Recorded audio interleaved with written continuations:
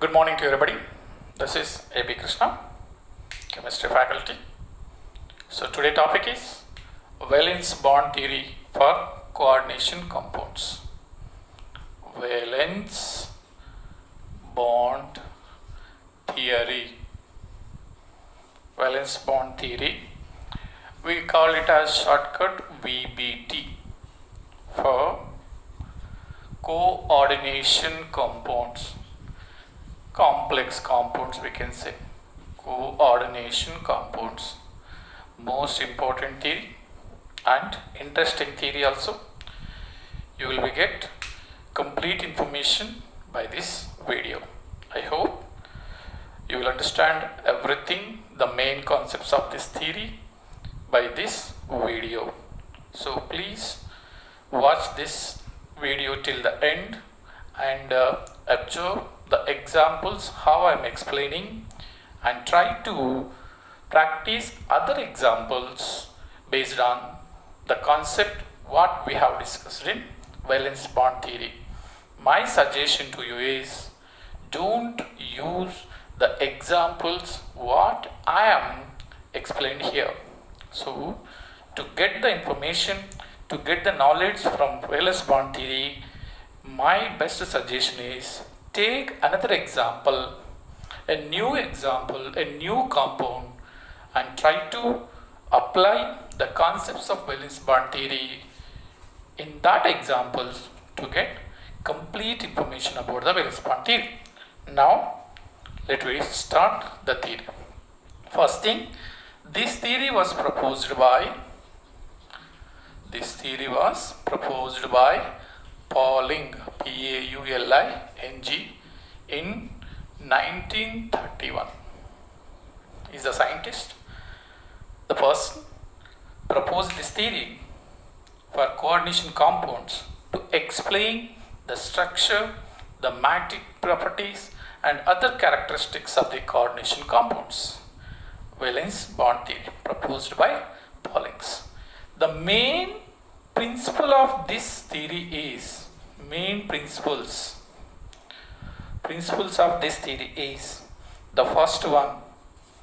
First you should know the principles, then let me go for the postulates, and then let me discuss with the examples. So like that, let me complete valence bond theory in 3 stages. The first stage is let me discuss the principles of this theory, means aim of this theory, the concept of this theory. Second, postulates of this theory. Third, explanation of this theory with the examples. Like that, in 3 levels, let me complete this valence bond theory. So first, the principles is orbitals hybridization, the first principle. What is the meaning of this? Means before forming a dative bond with the ligand orbitals, the valence orbital of central metal atom or ion first undergoes hybridization. Means valence orbitals. What is the meaning of valence orbitals? The orbitals present in the outermost shell. So available shell for bonding, mostly outermost shell and penultimate shell d orbital. So valence orbitals undergoes hybridization.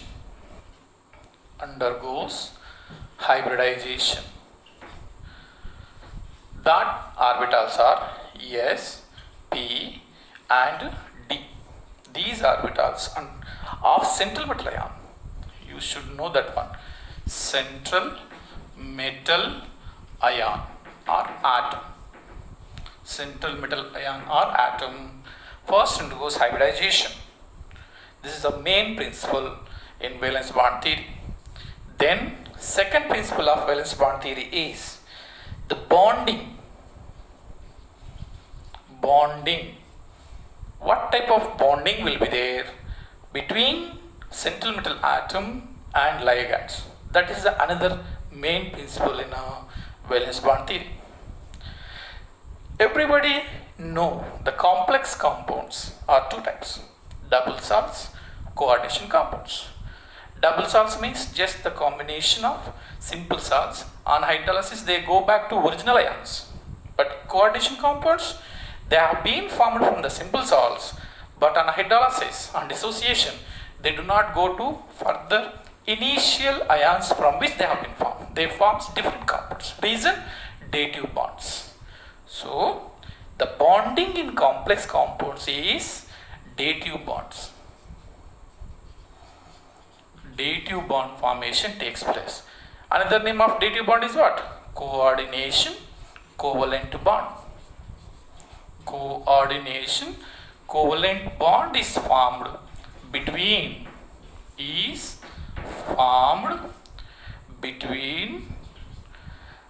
hybrid orbital of central metal ion, hybrid orbital of central metal ion or atom, and orbitals of fully filled orbitals or orbitals of ligands. The two purely dative bond, coordinate covalent bond will be formed.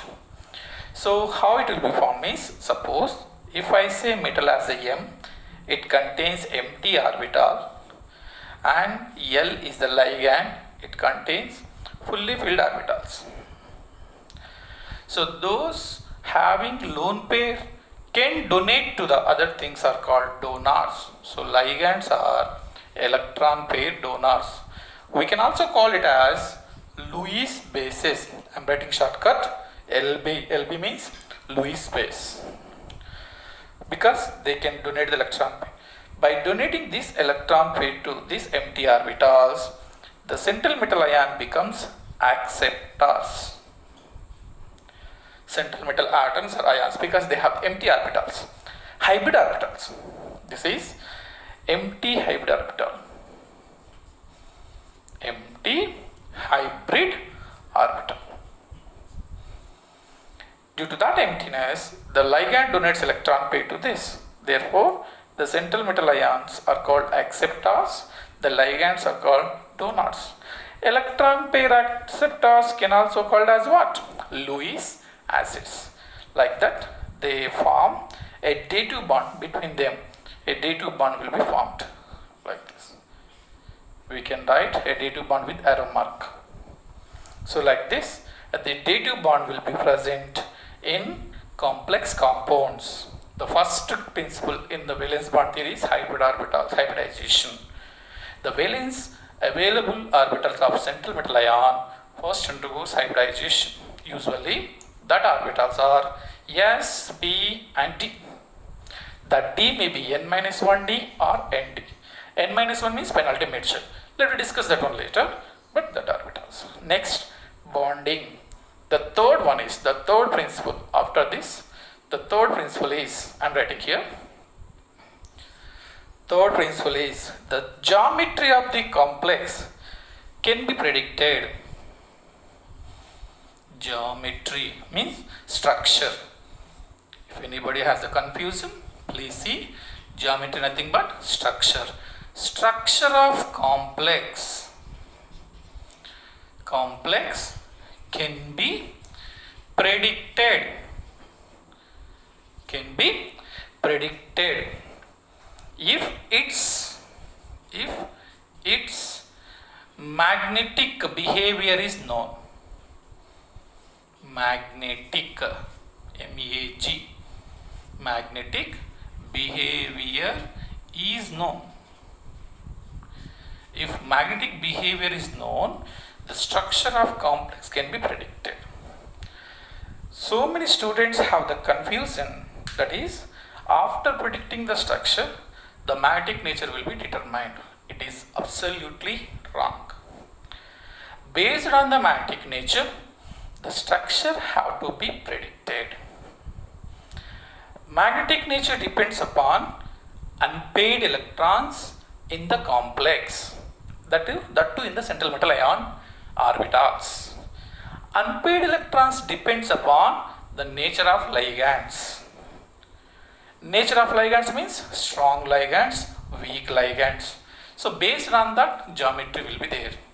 Not by the geometry unpaired electrons, just by the unpaired electrons, just by the magnetic nature, the structure can be predicted. These are the three main principles in the valence bond theory. The first stage in the valence bond theory is this. Orbital hybridization is the first principle, bonding is the second principle, geometry is the third principle. So these are the three principles in a Pauling's valence bond theory. Next, let me discuss the postulates of valence bond theory. Postulates of valence bond theory means the proposed postulates by Pauling postulates. Let me discuss the postulates of valence bond theory. The first postulate is metal empty hybrid orbitals. Metal, I am writing main points. I am writing main points to understand the concept. First, every student has to get complete concept about the theory. That's why I am writing concept oriented points. So please be careful. Metal empty hybrid orbitals, because the hybrid orbitals must be empty to gain electron pairs from the ligands. Metal empty hybrid orbitals forms dative bonds with the ligands fully filled orbitals. Ligands fully filled orbitals. This is the first postulate. During the formation of complex compounds, first the valence orbitals in the central metal ion undergoes hybridization. That depends upon the availability of electrons. The type of hybridization depends upon the availability of electrons.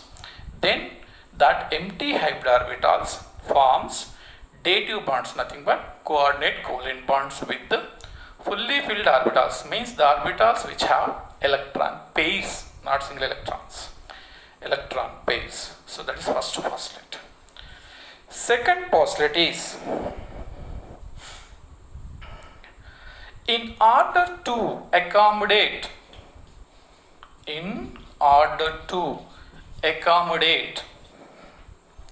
the electrons from ligands,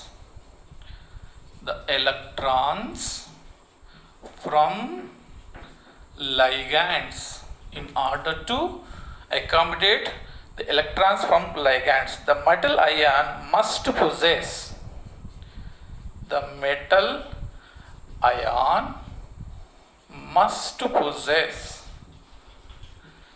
same number of empty hybrid orbitals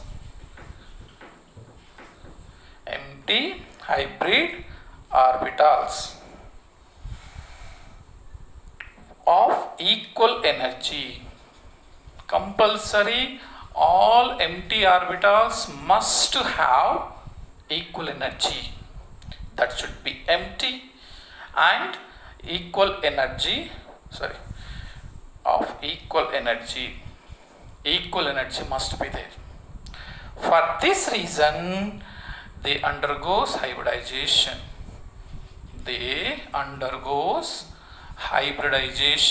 This is the main reason to undergo hybridization, means by the hybridization we get equal number of hybrid orbitals. The number of hybrid orbitals depends upon the type of hybridization.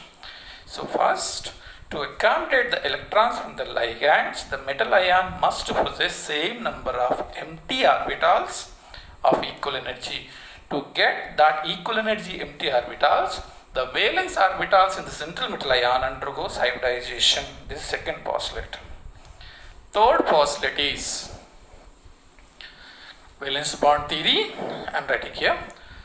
Third postulate is the non-bonding electrons, means those not involving in the bonding. Non-bonding electrons of metal ion. Non-bonding electrons of metal ion occupy inner orbitals. The non-bonding electrons of metal ion occupy inner orbitals based on Hund's rule. Based on Hund's rule, Hundes, Hund's rule. It is one of the three rules in electronic configuration. There are three rules were there to write the electronic configuration of an atom for an element. So in that, Hund's rule is one of the rule. So inner non-bonding electrons of the metal ion occupy inner orbitals based on Hund's rule. However, continuation for this I am writing. However, if the complex has strong field ligands, if the metal ion is surrounded by strong field ligands, SFL, I am writing shortcut, a rearrangement of inner electrons takes place. A rearrangement of inner electrons takes place against Hund's rule. Against Hund's rule. At what condition? If strong field ligands are there. If strong field ligands are there, the inner electrons of metal ion rearrangement takes place against Hund's rule. They do not follow Hund's rule. So this is third postulate in a valence bond theory. The first postulate I told you, metal empty orbitals always forms dative bonds with fully filled orbitals of ligands. Second postulate is, in order to accommodate that electrons from the ligands, the metal ion must possess same number of empty hybrid orbital or empty orbitals. Sometimes we can say empty orbitals of equal energy. To get that empty orbitals of equal energy, the valence orbitals of central metal ion undergoes hybridization. By the hybridization, we get equal energy orbitals. After that, third postulate is, the non-bonding electrons of metal ion occupy inner orbitals based on Hund's rule. That is common electronic configuration rule, one of the rule. But if the metal ion is surrounded by strong field ligands, that arrangement will be rearranged against Hund's rule. Let us see some examples later. First I am saying the postulates. This is third postulate. Coming to fourth postulate of valence bond theory. Fourth postulate of valence bond theory.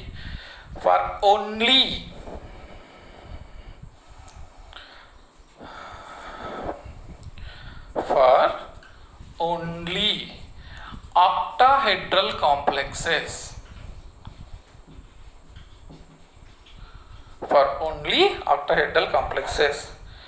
the d orbitals involved may be either n-1d or nd orbitals. For octahedral complexes only, no other complexes. For octahedral complexes only, the d orbitals involved may be either n-1d or nd. If n-1d orbitals involving hybridization, we call that complexes as inner orbital complexes. We call them as inner orbital complexes. At what condition we call it as inner orbital complexes? If n-1d, penultimate shell d orbital, if involved in hybridization and forming empty orbitals along with ns and np, we call that complexes as inner orbital complexes, and also called low spin complexes. Low spin complexes. Sometimes we can call it as spin paired complexes. In some books it is there as spin paired complexes. I am saying only for octahedral complexes. Inner orbital complexes, low spin for only octahedral. And if nd orbitals involved in hybridization to form the equal number of vacant orbitals instead of n minus 1d, means instead of penultimate shell d orbital, if outermost shell d orbital is formed involved in hybridization, we call them as high spin complexes. High spin complexes or outer orbital complexes, because valence shell orbital n that is outermost shell d orbital is involving outer orbital complexes, or spin free complexes. Spin free complexes, like that we called. Usually inner orbital complexes, that is penultimate shell d orbital, involves in hybridization if strong field ligands are present. We get inner orbital complexes for octahedral complexes if strong field ligands are present, and outer orbital complexes are present if weak field ligands are present. If the central metal ion is surrounded by weak field ligands, we get outer orbital complex, and if strong field ligands are surrounded by central metal ion, we get inner orbital complex. This is fourth postulate. This is fourth postulate. Fifth postulate. After that, next fifth postulate is, I think you understood this one. This is the main point. This is only for octahedral complexes. Next, fifth postulate. After forming dative bonds, after forming complex, after completion of dative bonds formations,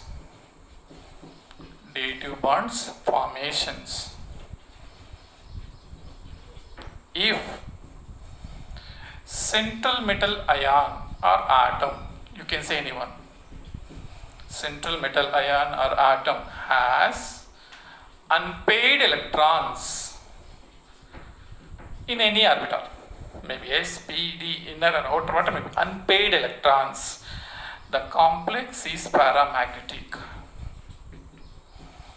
Complex is paramagnetic.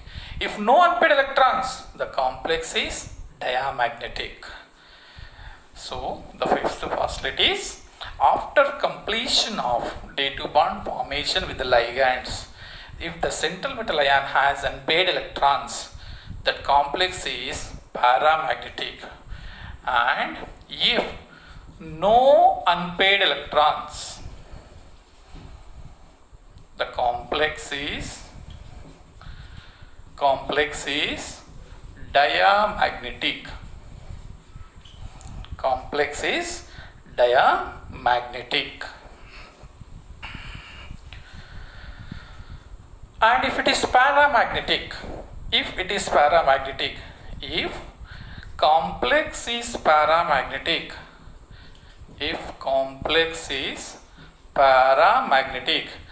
magnetic moment, mu symbol is magnetic moment, it will be represented by symbol mu. Mu is calculated by mu equal to root over n into n plus 2 bm. Bm means units of magnetic nature, Bohr magnetons. So n means what? Number of unpaired electrons. This is fifth postulate.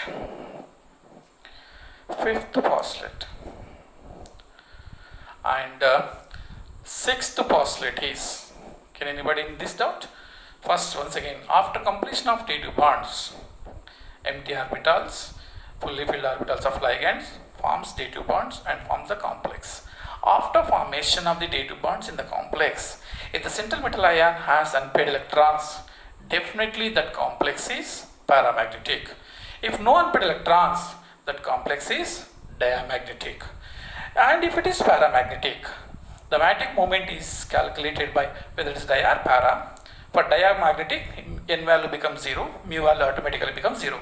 For paramagnetic, n value means number of unpaired electrons. If unpaired electron is 1, we can write here 1 plus 1, 1 plus 2, 1 into 1 plus. If n equal to 2 means if complex central metal ion has 2 unpaired electrons, n equal to 2, 2 into 2 plus 2.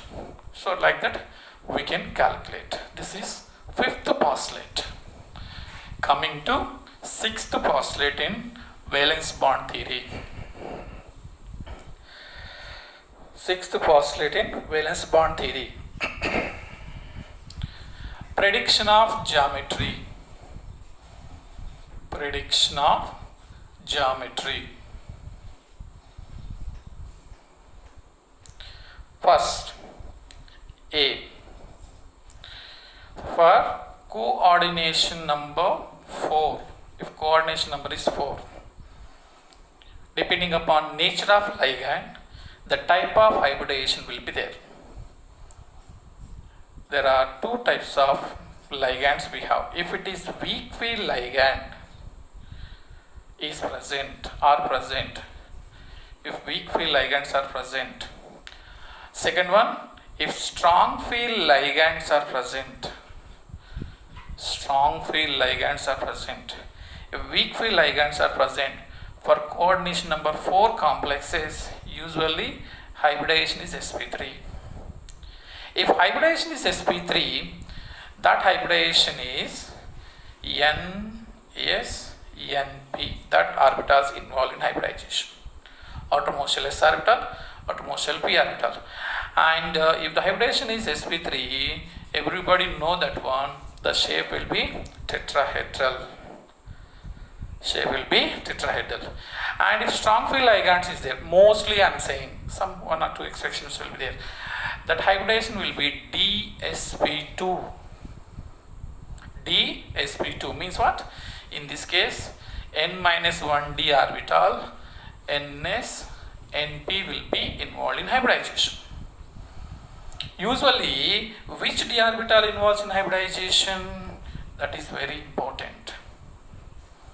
There are 5 d orbitals: dxy, dyz, dzx, dx square minus y square, dz square. In that 5, which orbital involves in hybridization means s orbital spherical shape, p orbitals lobes will be present along the axis. So the d orbital which has the lobes along the axis, they easily involve in hybridization. That's why dx square minus y square involves in hybridization. dsp2, which hybrid orbital involves in hybridization? dx square minus y square. The reason, the 4 lobes of this orbital are present along with the axis similar to that of p orbital. So it will be involved. So if hybridization is dsp2, the shape will be square planar shape. This is coordination number 4. There are 2 types of complexes. If weak field ligands are there, sp3 hybridization, tetrahedral shape. If strong field ligands are present in the complex, sp2 hybridization, square planar complex. That is A. In the 6th postulate A. Next, for coordination number 6. For coordination number 6. Here also we get 2 types of complexes by 2 types of hybridizations. Interesting point. What does that mean? If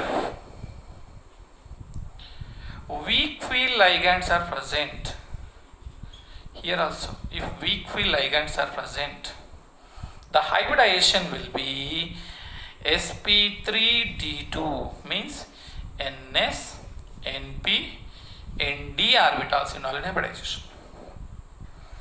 ns, np, nd orbitals involved in hybridization. sp3d2. Outer shell d orbital is involving, that's why we call it as what? Outer orbital complexes. Outer orbital complexes. And shape automatically octahedral. I am writing here. The shape will be octahedral, no doubt at all in that. But outer orbital complexes. And we have another names, high spin complexes. High spin complexes. Outer orbital complexes also called as high spin complexes or spin free complexes. Spin free complexes, we can also call it as. And here no electron pairing takes place. No pairing of electrons takes place. Pairing of electrons. Against Hund's rule, you must know that one. Against Hund's rule takes place. No pairing. Where if the weak field ligands are present, we get outer orbital complexes with sp3 d2 hybridization. In that outermost shell, s orbital, p orbital, d orbital involved in hybridization, we get octahedral shape. We can also call it as high spin complexes, spin free complexes. Reason why we are saying it as spin free complexes, there is no pairing of electrons takes place against Hund's rule.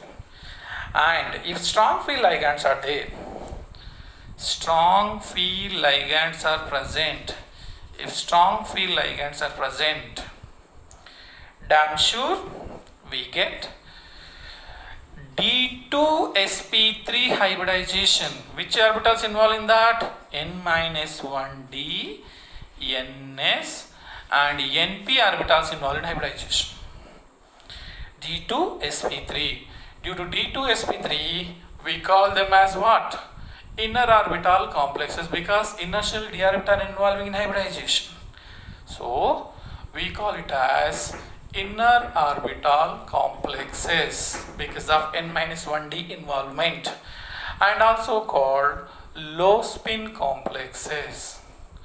Low spin complexes. Reason, number of unpaired electrons decreases because of spin pairing. That's why we can call it as spin paired complexes. Spin paired complexes, number of unpaired electrons becomes less, so they call low spin complex. And here electrons pairing takes place against, electron pairing takes place against Hund's rule. Against Hund's rule. So this is sixth postulate of Valence bond theory. This is sixth postulate of Valence bond theory. Till now we have seen the postulates of Valence bond theory, six postulates. In most cases I told weak field ligands, strong field ligands, weak field ligands, strong field ligands. What is that ligands? How we determine the strength? Let me see now. In Valence bond theory only we have to discuss that one, but it is not the postulate. It is not the postulate. Already postulates completed. But in all postulates, almost all postulates, I told the word high, that is strong field ligands, weak field ligands, like that I'm saying. So what is that? How we determine the strength of ligands? What is the order of strength of ligands? Let me see now. But it is not postulate. Once again I'm saying, six postulates completed. So how the strength of ligands will be there?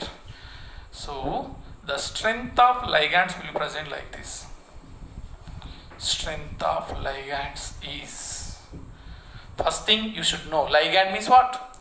Electron pair donor. Low is base. If it is donating electron pair easily, it is strong ligand.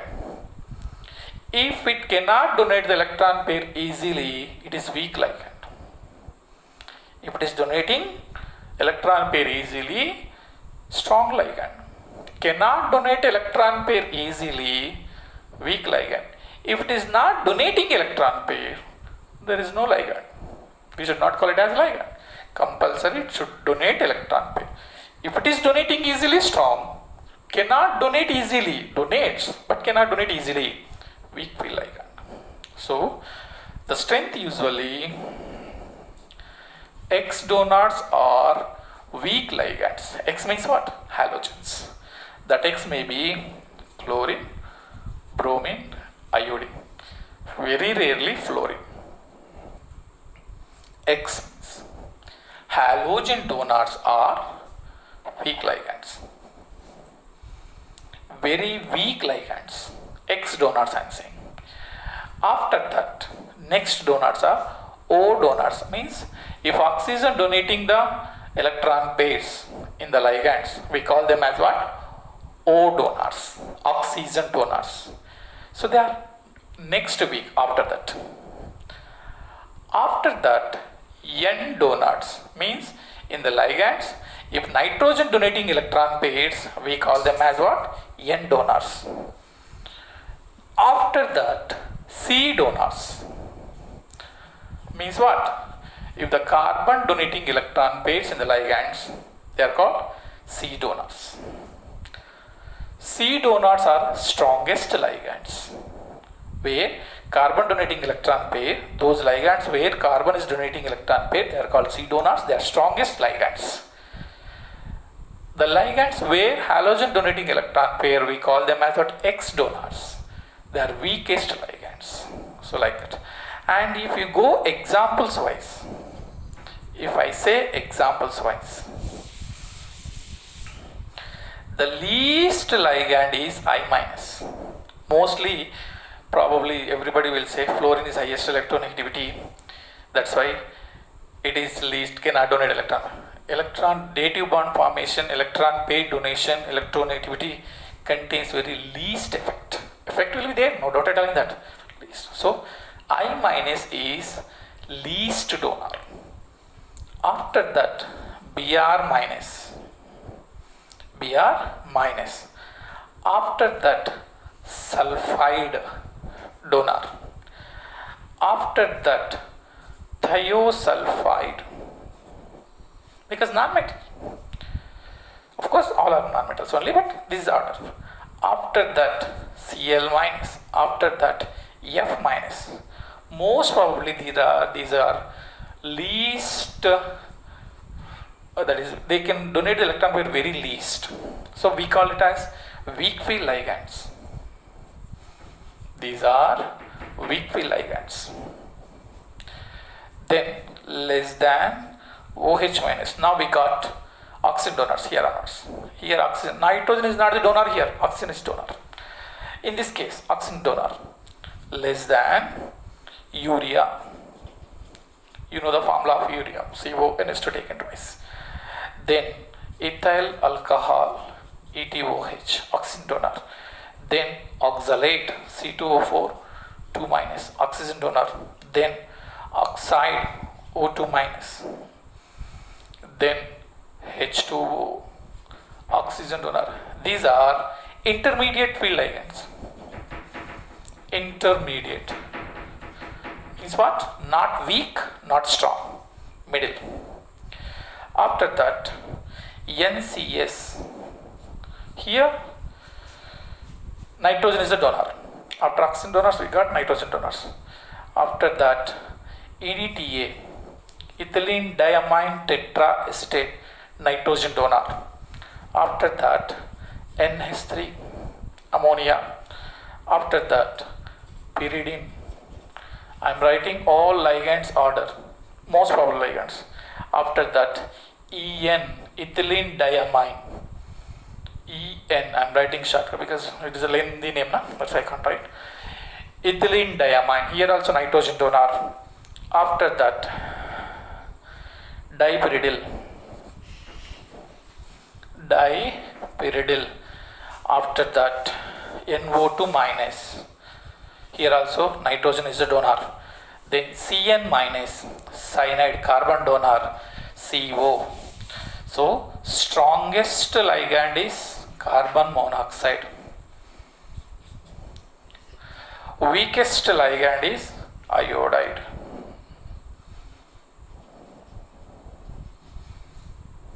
So strongest ligand, weakest ligand.